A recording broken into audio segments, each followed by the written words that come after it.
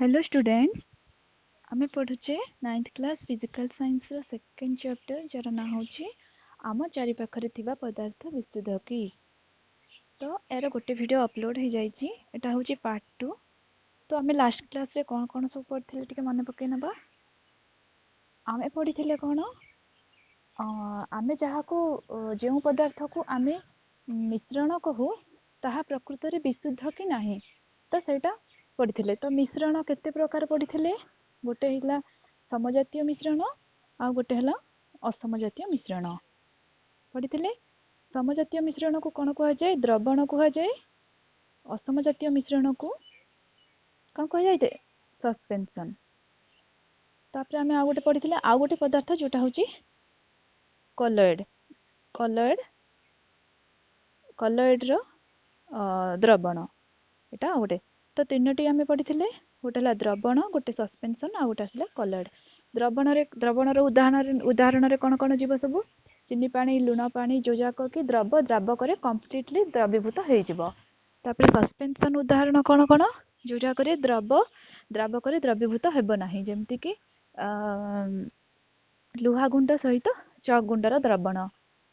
तापर सेमती जल रे लुहा गुंडर द्रवण, ए सब होची सस्पेंशन। तापर कलर्ड रो उदाहरण कौन, जो थिरे कि द्रव द्रावक द्रवीभूत हेबो किंतु कौन तार कणिका गुड़िक क्षुद्र थिले मध्य सेमाने आलोक रश्मि को गुच्छरित करि पारंती। तो कलर्ड रो उदाहरण कौन, जेमति कि क्षीर, घन कुहुड़ी, गैस, सेविंग होथिबा फोम, ए सब कलर्ड रो उदाहरण। एतिक हम पढ़िथिले। आउ तापर आमे आउरी पढ़िथिले गोटे द्रव द्रवणरू द्रव द्रावक को किपरि अलगा करि परिबा। सी सस्पेंशन हेउथाउ कि द्रवण हेइथाउ कि कलर्ड रो मिश्रण हेइथाउ, जे कोनोसी मिश्रणरू सेथिरे थिबा द्रव आउ द्रावक को किपरि अलगा करिबा पढ़िथिले।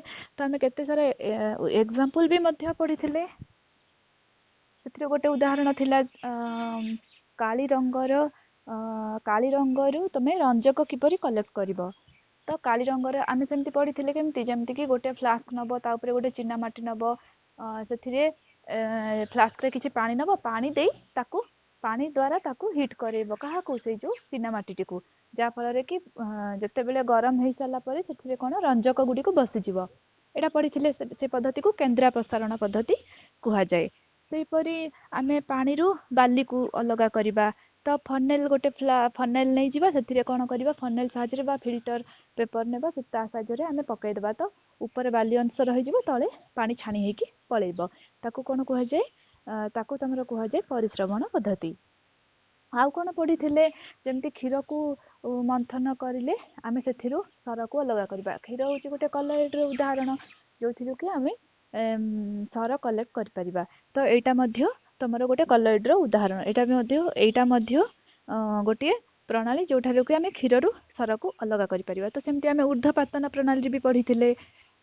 उद्वायी पदार्थरु अन उद्वायी पदार्थ को किपरि अलगा करिबा सेटा पढ़िथिले। तापरे जलरु किरोसिन तेल को किपरि अलगा करिबा, किपरि जेमति कि ताको किछि समय रखिदेबा, रखिला परे कोन जल जाक तले रहि जिवो, किरोसिन जाक ऊपर रहि जिवो, जहा फल रे कि आमे जल को गोटे पाइप द्वारा जल को कलेक्ट कला परे पाइप टा को बंद कर देले ऊपर आमे किरोसिन पाई परिबा।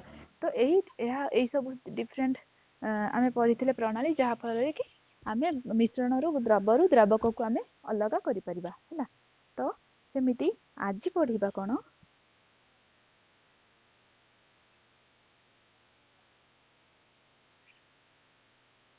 आज पढ़िबा आमे किपरि एक मिश्रण रु दुईटी मिसी जिथिबा तरल को अलगा करि परिबा हैला। तो गोटे मिश्रण जोथिरे कि दुईटी तरल रहिछि, जेमति जल किरोसिन रो मिश्रण, जल तरल किरोसिन भी तरल। तो सेमिति दुईटी तरल को किपरि आमे अलगा करिबा, तुम पई काम। आमे प्रथमे एसीटोन एवं जल को सेमानकर मिश्रण रु पृथक करबा को चेष्टा करिबा। जल होउछि तरल, एसीटोन मध्य तरल। तो आमे ए दुईटा को अलगा करबा को चेष्टा करिबा। तो किपरि एही मिश्रण को एक पातन फ्लास्क रे नियो। प्रथमे एई जो मिश्रण जल और एसीटोन रो मिश्रण को पातन फ्लास्क रे निया जाय। पातन फ्लास्क कोन, पातन प्रणाली रे आमे पातन फ्लास्क यूज करबा, सेटा आमे परे पढ़िबा। पातन फ्लास्क नियो, एथिरे एक थर्मोमीटर संजोग करो। रुह चित्र रे देखले जानिबो।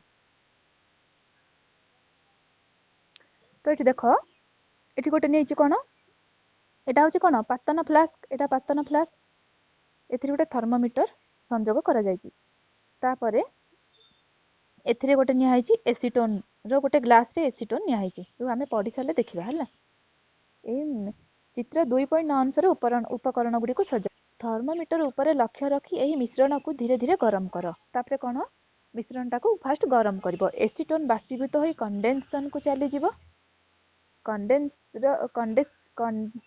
कंडेन्सर को चली जीवो और सेथिरे घनीभूत हेबो एहाकू कंडेन्सर रो बहिर्गमन पथ दे संग्रह करिहेबो पातन फ्लास्क मध्य रे जल रहि जीवो तो देखो केमिति आमे करि देखो फर्स्ट एठी गोटे कोनिकल फ्लास्क निया हला एथिरे कोन सॉरी पातन फ्लास्क गोटे निया हला तो एथिरे निया हिची एसीटोन और जलर मिश्रण ताको कोन करा हला सेई पातन फ्लास्क को गोटे थर्मोमीटर टे कनेक्ट करा है कि गोटे कंडेन्सर को ताको कनेक्ट करा हला थर्मोमीटर को तापरे कोन करा गला मिश्रण टी को गरम करा हला बुनसेन बर्नर नै कि मिश्रण टी को गरम करा गला गरम कला परे कोन हबो एसीटोन जो मिश्रण रे जो एसीटोन अछि सेटा कोन हबो बाष्पीभूत होई कि थर्मोमीटर सहायता रे कंडेन्सर रे जाइकी कलेक्ट हबो कौन कलेक्ट हबो एसीटोन टा कलेक्ट हबो आउ रिमेनिंग कौन रहिला जलटा को आमे पातन फ्लास्क रे कलेक्ट करि परिबा तो एही प्रणाली रे आमे दुईटी तरल पदार्थ को अलग करि परिबा एही प्रणाली को कहा जाय पातन पद्धति हला दुईटी मिसिथिबा तरल पातन पद्धति रो पृथक्करण हला तो दुईटी तरल पदार्थ को पृथक्करण करिया पई केउ प्रणाली अवलंबन करा जाय पातन प्रणाली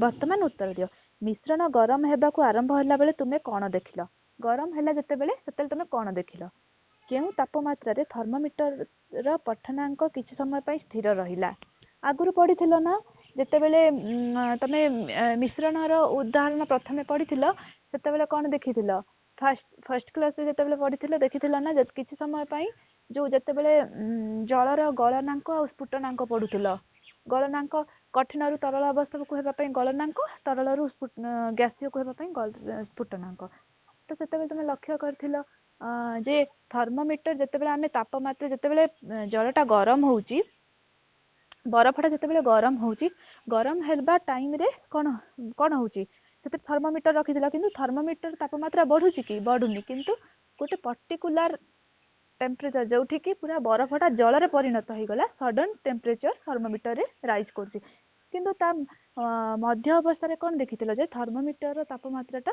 स्थिर रहि थाउची तो एठी मध्य सेमिति तापमात्रा थर्मोमीटर टा स्थिर रहिबो किछि समय पई किंतु जते बेले सडन तार अवस्था रे परिवर्तन होई जाउची तापरे तापमात्रा सडन राइज करिवो हला एसीटोन रो स्फुटनांक केते केमिति जानिबो जे केमिति जानिबो स्फुटनांक कोन स्फुटनांक जेउ तापमात्रा रे तरल अवस्थाटी गैसीय अवस्था को परिवर्तन होउची सेही तापमात्रा होउची स्फुटनांक तो एसीटोन केउ तापमात्रा रे गैस हेजिबो सेटा होउची तार स्फुटनांक काहे कि दुईटी उपादान अलग हला देखो पढ़िबा तार उत्तर एही प्रणाली को पातन कुहा जाय जानि हला दुईटी तरल पदार्थ को अलग करबा पई आमे ए जो प्रणाली अवलंबन कले ताहाकू पातन कुहा जाय जेउ दुईटी मिसि जायथिबा तरल गुडीकर स्फुटनांक तापमात्रा रे यथेष्ट पार्थक्य थाए ओ उत्तप्त होई फुटिला बेले अपघटित हुअंती नाही सेही तरल मिश्रण उपादान गुडी को पृथक करिया पई एही प्रणाली व्यवहृत हुए कोन कहिला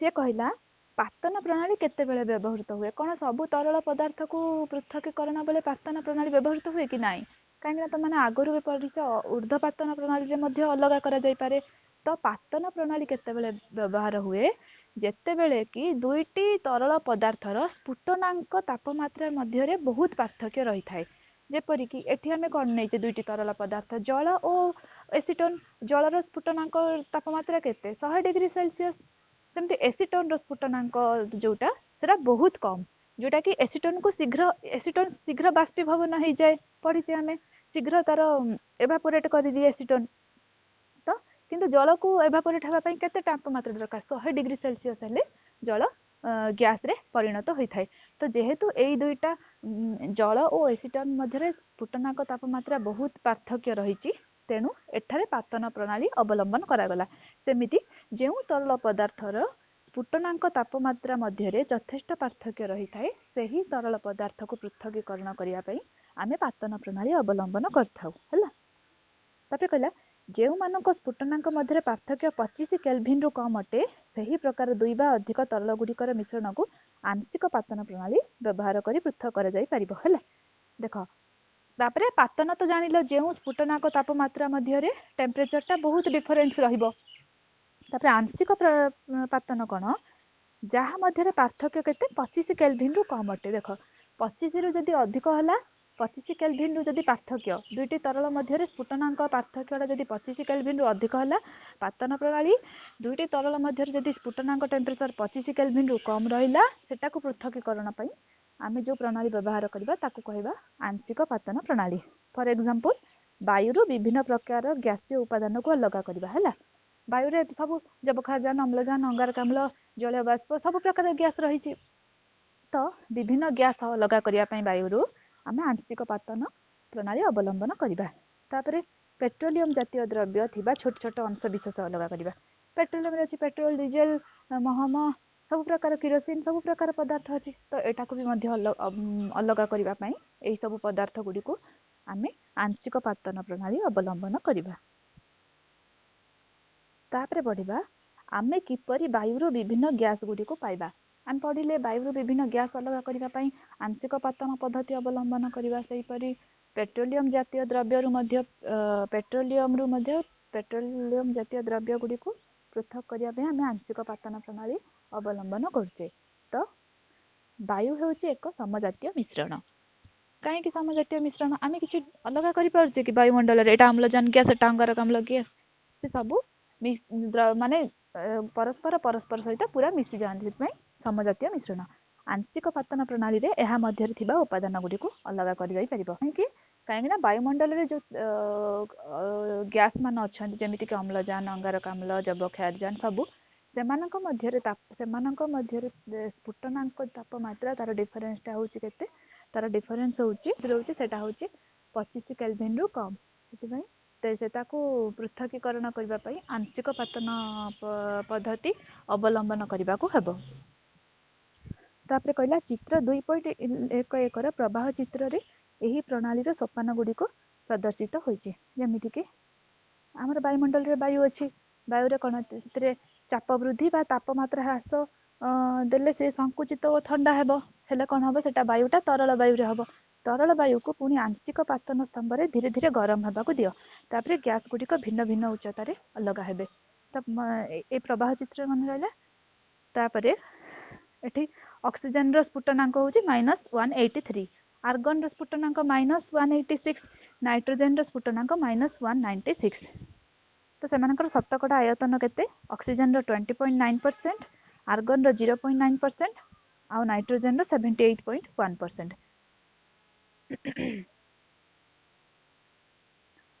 ତ ମନେ ରହିଲା ବାୟୁରୁ ଗ୍ୟାସକୁ ଆମେ କେମିତି ପାଇବା? ପ୍ରଥମେ ବାୟୁରେ କ'ଣ କରିବା? ଚାପ ବୃଦ୍ଧି ବା ତାପମାତ୍ରା ହ୍ରାସ କରିବା। ବାୟୁର କ'ଣ କରିବା? ଚାପକୁ ବଢ଼େଇବା ଆଉ ତାପମାତ୍ରାକୁ କମେଇବା। କମେଇଲେ କ'ଣ ହେବ? ବାୟୁଟା ତରଳ ବାୟୁରେ ପରିଣତ ହେବ। ତାପରେ ତାକୁ ଆମେ ଆଂଶିକ ପାତନ ପଦ୍ଧତିରେ ତାକୁ ଗରମ କରିବା। ଗରମ କଲା ପରେ ଆମେ ଭିନ୍ନ ଭିନ୍ନ ଉଚ୍ଚତାରେ ବିଭିନ୍ନ ଭିନ୍ନ ଗ୍ୟାସ ପାଇପାରିବା। ହେଲା, ଏଠି ପଢିବା ଯଦି ଆମେ ବାୟୁରୁ ଅକ୍ସିଜେନ ଗ୍ୟାସ ପାଇବାକୁ ଚାହିଁବା, ତେବେ ଆମକୁ ବାୟୁରେ ରହିଥିବା ଅନ୍ୟ ସମସ୍ତ ଗ୍ୟାସକୁ ଅଲଗା କରିବାକୁ ହେବ। ନିଶ୍ଚିତ ଭାବରେ ଆମକୁ ଯଦି ଅକ୍ସିଜେନ ପର୍ଟିକୁଲାର ଆମକୁ ଅକ୍ସିଜେନ ଗ୍ୟାସ ଦରକାର, ତ ଆମେ ଯବକ୍ଷାରଜାନ, ଅଙ୍ଗାରକାମ୍ଳ ସବୁ ମିଶିକି ଅଛି, ତ ସେ ସବୁକୁ ଅଲଗା କରିବାକୁ ପଡ଼ିବ। ସେଟା କରିବାକୁ ହେଲେ ଆମକୁ କ'ଣ କରିବାକୁ ପଡ଼ିବ? ବାୟୁର ଚାପ ବୃଦ୍ଧି କରି ତାହାକୁ ସଂକୁଚିତ କରିବା। ଫାଷ୍ଟ କ'ଣ କରିବା? ବାୟୁର ଯେମିତି କହିଲି ଚାପ ବଢ଼େଇବା, ତାପରେ ତାକୁ ସଂକୁଚିତ କରିବା, ତାପରେ ତାହାର ତାପମାତ୍ରାକୁ ହ୍ରାସ କଲେ ତରଳ ବାୟୁ ମିଳିବ। ଆଂଶିକ ପାତନ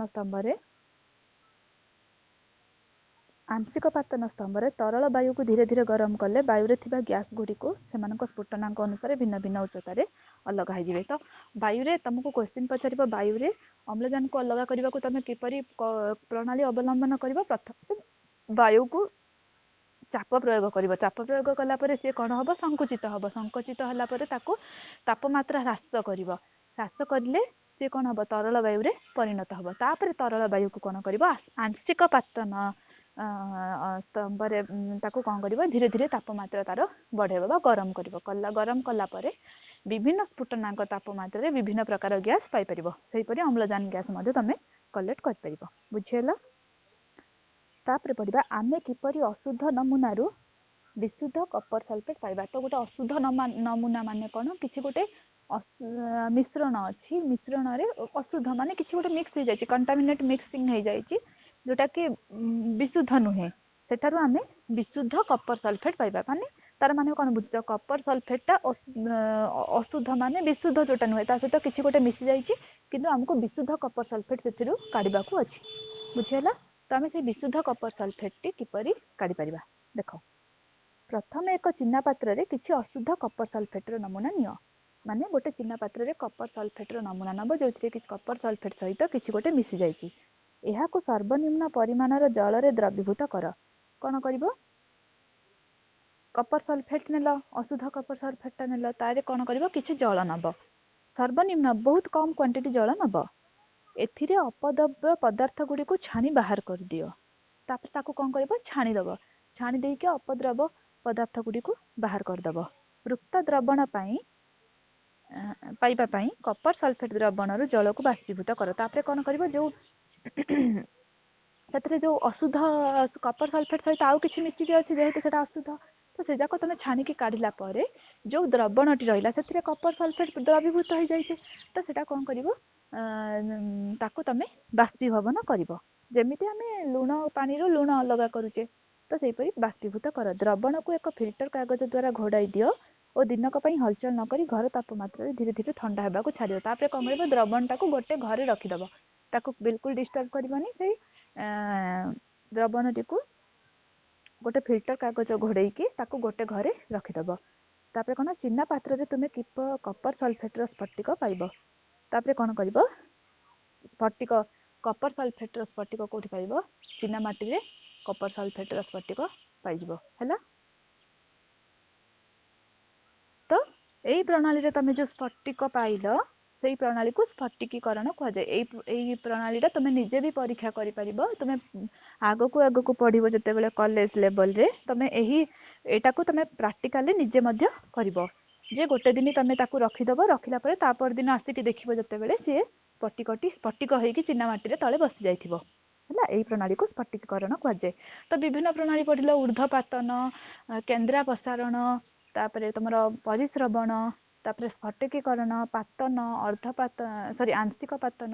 ଏହିସବୁ ପ୍ରଣାଳୀ ଗୁଡ଼ିକରେ କ'ଣ, ଆମେ ଗୋଟିଏ ପଦାର୍ଥରୁ ଆଉ ଗୋଟେ ପଦାର୍ଥକୁ ଅଲଗା କରିବା। କଠିନ ତରଳ, ତରଳ ତରଳ, କଠିନ ଗ୍ୟାସୀୟ, କଠିନ ତରଳ, ତରଳ ଗ୍ୟାସୀୟ, ଏହି ସବୁ ବିଭିନ୍ନ ପ୍ରକାର ଅବସ୍ଥାରେ ପଦାର୍ଥ ଗୁଡ଼ିକ ମିଶ୍ରଣ ହୋଇଥାନ୍ତି, ଯେଉଁଟାରେ କି ଆମେ ପୃଥକ କରିପାରିବା। ବୁଝିଲା? ବର୍ତ୍ତମାନ ଉତ୍ତର ଦିଅ। ଚିନା ପାତ୍ରରେ ତୁମେ କ'ଣ ନିରୀକ୍ଷଣ କଲ? ସ୍ଫଟିକ ଗୁଡ଼ିକ କ'ଣ ଏକା ଭଳି ଦେଖାଯାଉଛି କି? ଚିନା ପାତ୍ରରେ ଥିବା ତରଳ ମଧ୍ୟରୁ ତୁମେ କିପରି ସ୍ଫଟିକ ଗୁଡ଼ିକ ପୃଥକ କରିପାରିବ? ସ୍ଫଟିକୀକରଣ ପ୍ରଣାଳୀ କଠିନକୁ ବିଶୋଧିତ କରିବା ପାଇଁ ବ୍ୟବହାର କରାଯାଏ। ଯେମିତିକି ଅଶୁଦ୍ଧ କପର ସଲଫେଟ୍କୁ ବିଶୁଦ୍ଧ କପର ସଲଫେଟ୍ରେ ତମେ ପାଇବ, ସେମିତି ତ ବିଶୋଧିତ କରିବା ପାଇଁ ଏହି ପ୍ରଣାଳୀକୁ ଆମେ ବ୍ୟବହାର କରିବା। ଉଦାହରଣ ସ୍ୱରୂପ, ସମୁଦ୍ର ଜଳରୁ ଆମେ ପାଉଥିବା ଲୁଣରେ ଅନେକ ଅପଦ୍ରବ ରହିଥାଏ। ଏହି ଅପଦ୍ରବ ଗୁଡ଼ିକ ଅପସାରଣ କରିବା ପାଇଁ ସ୍ଫଟିକୀକରଣ ପ୍ରଣାଳୀ ବ୍ୟବହାର କରାଯାଏ। ହେଲା? ତୁମେ ଯେଉଁ ଲୁଣ ଯେଉଁଟା ଖାଉଛ, ଖାଇବା ଲୁଣ ଯେଉଁଟା ଖାଉଛ, ସେଟା କୋଉ ପ୍ରଣାଳୀରେ? ଏଇଟା ସମୁଦ୍ର ଜଳରୁ ଲୁଣ ତିଆରି ହେଉଛି, ସମସ୍ତେ ଜାଣିଛ। ତ ସମୁଦ୍ର ଜଳରେ କ'ଣ ସବୁ ପ୍ରକାର ପଦାର୍ଥ ମିଶିକି ଅଛି ନା? କ'ଣ ଖାଲି ସୋଡ଼ିୟମ କ୍ଲୋରାଇଡ୍ ଅଛି କି? ସେଥିରେ ସବୁ ବହୁତ ଦୂଷିତ ପଦାର୍ଥ ମଧ୍ୟ ସେଥିରେ କଣ୍ଟାମିନେଟ୍ ହେଇ ମିଶିକି ଅଛି। ତ ଆମକୁ କ'ଣ ବିଶୁଦ୍ଧ ଲବଣ ଦରକାର, ଯୋଉଟା କି ସୋଡ଼ିୟମ କ୍ଲୋରାଇଡ୍, ସେଇଟା ହିଁ ଦରକାର। ତ ଏହି ସ୍ଫଟିକୀକରଣ ପ୍ରଣାଳୀରେ ଯେଉଁ ସମୁଦ୍ର ଜଳରୁ ବିଶୋଧିତ ଲୁଣ, ଯୋଉଟା କି ଖାଇବା ଲବଣ, ସେଇଟାକୁ ଆମେ ପୃଥକ କରାଯାଇଥାଏ ଆମ ପାଇଁ। ହେଲା? ତ ଏହି ଅପଦ୍ରବ ଗୁଡ଼ିକୁ ଅପସାରଣ କରିବା ପାଇଁ ସ୍ଫଟିକୀକରଣ ପ୍ରଣାଳୀ ବ୍ୟବହାର କରାଯାଇଥାଏ। ତାପରେ କହିଲା, ସ୍ଫଟିକୀକରଣ ପଦ୍ଧତିରେ ଦ୍ରବଣରୁ ଶୁଦ୍ଧ କଠିନକୁ ସ୍ଫଟିକ ଆକାରରେ ଅଲଗା କରାଯାଏ। ସାଧାରଣ ବାଷ୍ପୀଭବନ କୌଶଳ ଠାରୁ ସ୍ଫଟିକୀକରଣ କୌଶଳ ଅଧିକ ଭଲ। ହେଲା? ସ୍ଫଟିକୀକରଣ ଆଉ ବାଷ୍ପୀଭବନ ଗୋଟେ ପ୍ରକାର ହିଁ ହେଲା ନା? ଯେମିତି ବାଷ୍ପୀଭବନରେ ସୋଡ଼ିୟମ କ୍ଲୋରାଇଡ୍ର ବା ଲୁଣ, ଯୋଉଟା ଲୁଣ ପାଣି, ସେଟାରେ କେମିତି ତମେ ଗରମ କରିକି ଲୁଣ କଲେକ୍ଟ କରୁଛ, ତାକୁ ଥଣ୍ଡା କରିକି। କିନ୍ତୁ ଏଥିରେ କ'ଣ? ଏଥିରେ ତମେ ଗରମ କରିକି ବାଷ୍ପ କଲା ପରେ ସେଟା କ'ଣ ସ୍ଫଟିକ ଆକାରରେ ସେଟା ବସିଯାଏ। ତ ତାହାଠୁ ଭଲ ଏଇଟା କ'ଣ ପୁରା ପିଓର ସ୍ଫଟିକ ଆମେ ପାଇବା। ତ ସ୍ଫଟିକୀକରଣ ପ୍ରଣାଳୀ ବାଷ୍ପୀଭବନ ପ୍ରଣାଳୀ ଠାରୁ ଖୁବ୍ ବେଟର। ହେଲା? ତାପରେ କହିଛି, କାରଣ କାହିଁକି ସ୍ଫଟିକୀକରଣ ବାଷ୍ପୀଭବନ ଠାରୁ ବେଟର? କାହିଁକି? शुष्क ହେବା ପର୍ଯ୍ୟନ୍ତ ଗରମ କଲେ କେତେକ କଠିନ ବିଘଟିତ ହୋଇଯାଆନ୍ତି ଅଥବା ଆଉ କେତେକ କଠିନ ଚିନି ପରି ସମ୍ପୂର୍ଣ୍ଣ ଭାବେ ପୋଡ଼ିଯାଇ କଳା ହୋଇଯାଇଥାନ୍ତି। शुष्क ହେବା ପର୍ଯ୍ୟନ୍ତ ଗରମ କଲେ ଆମେ କ'ଣ ଗରମ କରି କରି କରି କରି ଯିବା ନା ବାଷ୍ପୀଭବନ ପ୍ରଣାଳୀରେ, ତ ସେଟା ଅଧିକ ଗରମ କରିଦେଲେ କ'ଣ କଠିନଟା ବିଘଟିତ ହୋଇଯାଇଥାଏ। ସବୁ ଦ୍ରବଣ କ'ଣ ଆମେ ବିଶୁଦ୍ଧ ଆକାରରେ ପାଇପାରିବା ନାହିଁ, କେତିକି କ'ଣ ସେମାନେ ବିଘଟିତ ହୋଇ ଆଉ ଗୋଟେ କିଛି ଗୋଟେ ଇଏରେ ପାଇପାରିବା। ପରିସ୍ରବଣ ପରେ ବି କେତେକ ଅପଦ୍ରବ ଦ୍ରବଣରେ ଦ୍ରବୀଭୂତ ହୋଇ ରହିପାରେ। ବାଷ୍ପୀଭବନ ସମୟରେ ସେଗୁଡ଼ିକ କଠିନକୁ ଦୂଷିତ କରିଥାଏ। ତ ପରିସ୍ରବଣ ପ୍ରଣାଳୀରେ ସେଟା କ'ଣ ଦୂଷିତ କରିଥାଏ। ତ ଆମେ ଆଜି ଏତିକି ପଢ଼ିଥିବା, ନେକ୍ସଟ କ୍ଲାସରେ ପୁଣି ତା ପରଠୁ ପଢ଼ିବା। ତ ଥ୍ୟାଙ୍କ ୟୁ।